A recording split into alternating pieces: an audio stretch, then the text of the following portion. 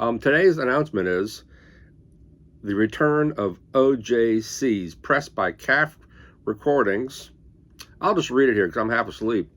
Craft Recordings announces the relaunch of Original Jazz Classics, the acclaimed reissue series that faithfully presented more than 850 memorable jazz albums over 3 decades.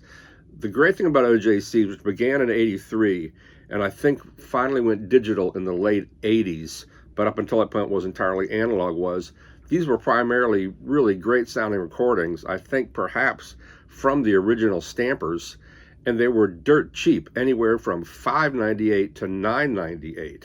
It was always cool because they had like their own little OB on the side with all the information, and the prices were as low as $4 or $5.98. The price was always on the bottom, and they used to be common as dirt. You could find them anywhere.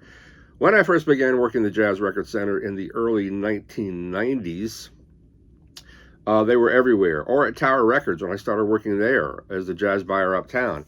But you don't see them anymore, and now they're starting to go for around 40 or 50 bucks a pop, depending on the title for OJCs. But continuing with this press release, first launched in 1982 under Fantasy Records, the imprint served as a home for the label's impressive jazz catalog, which included thousands of celebrated titles from Prestige, Galaxy, Milestone, Riverside, Debut, Contemporary, Jazzland, and Pablo. Fantasy also had its own place in jazz history, beginning in 1949 with its very first signing, Dave Brubeck. What's also interesting is, if you take a step back, is that the Concord record label now owns everything. If you look at Wikipedia, you'll say Concord Label Group, and it owns OJC and all the labels I just mentioned.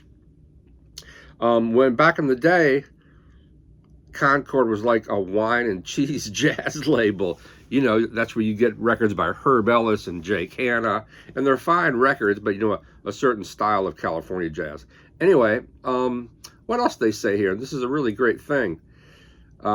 Its extensive catalog not only boasted some of the most important albums ever recorded, but also long out of print favorites, all of which featured original cover art and liner notes, as well as superior audio. Original OJC vinyl pressings are still praised and much sought after by jazz fans and audiophiles. That is true. Well, there's no need to search any longer, it says here. OJCs will relaunch with 2 of its foundational releases, the seminal Workin with Miles Davis Quintet on April 28th, followed by Thelonious Monk with John Coltrane on May 26th. Now, those are 2 blistering releases right out of the gate. Both albums have been cut from the original master tapes, AAA, by Kevin Gray at Coherent. Each LP is pressed on 180-gram vinyl at RTI and housed in a replica of its original tip-on jacket. Additionally, Workin with Thelonious Monk and John Coltrane will be reissued digitally in 192/24 HD audio. Both titles are available for pre-order today, which is February 28th. Culled from Miles Davis's storied pressing sessions with Rudy Van Gelder, Workin captures the trumpet and lists the lineup. We know who that is. Goes into a little more detail on that. Breaks down the album, more detail. This is interesting. To add additional context to the importance of these Prestige sessions, the esteemed music historian Bob Blumenthal, who is a wonderful writer. If you know, my favorite writers in jazz are Bob Blumenthal, Gary Giddens, and for contemporary dudes, Mark Myers. Can't beat that guy. Davis understood the potential of a new, longer 12-inch format and used to create definitive performances. The key was contrast, which began with the juxtaposition of Davis's concision, Coltrane's complexity, and Garland's sparkle, extended to the textural variety of the rhythm section provided each soloist. So, they do the same thing. Upcoming reissues in the series includes titles from Bill Evans, John Coltrane, Dave Brubeck, Mal Waldron, and Yusef Lateef. Now, that's really unusual.